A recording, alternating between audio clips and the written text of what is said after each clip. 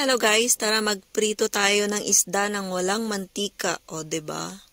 Sa sobrang modern kasi ngayon guys, ay meron ng machine na pwede kang or electronic na pwede kang magprito ng walang mantika.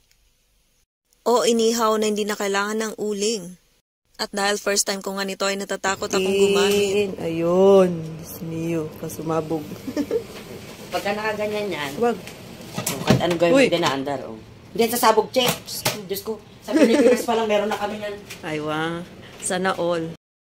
At ito nga ang aking lulutuin guys. Ayan, tilapia at saka bangus. Bali marinated na yan ng suka, with bawang, and ayun, paminta, asin, ganun lang. Maybe, gawa ng aking kapitbahay. Ayan, pinagluto lang ako. At syempre, para naman may pagkain kami. Kaya, ayan, kailangan sipagan magluto. At first time ko nga gumamit ng machine na to guys. At natatakot nga akong gumamit. Ayan, inuna kong nilagay yung mga tilapia sa ilalim. Tapos yung bangus naman ay sa ibabaw. Ayun, Disneyo, kasumabog.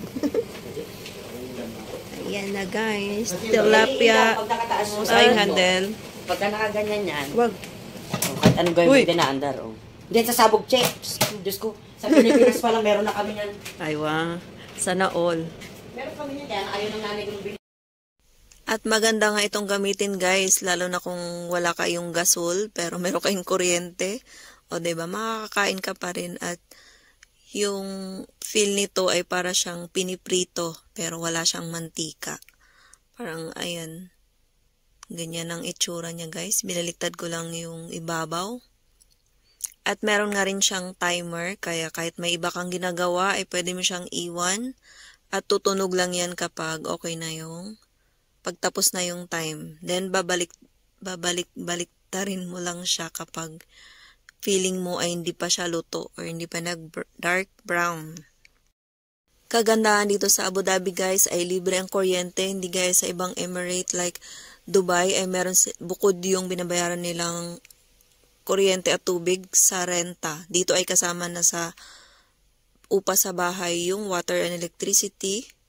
At ayan na nga, naluto na ang aking niluluto. Ayan, super sarap. Sausawan na lang ang kulang.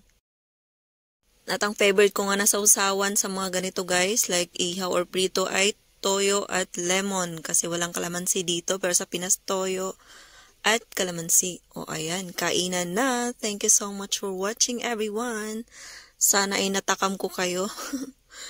Please heart, comment, and follow my FB page, Chan Vlogs page. Bye! Shoutout nga pala kay Alabon at Aga Cesar. Ayan, pa-follow naman sila guys. Ang aking kapamilya vlogger. Thank you so much. Bye!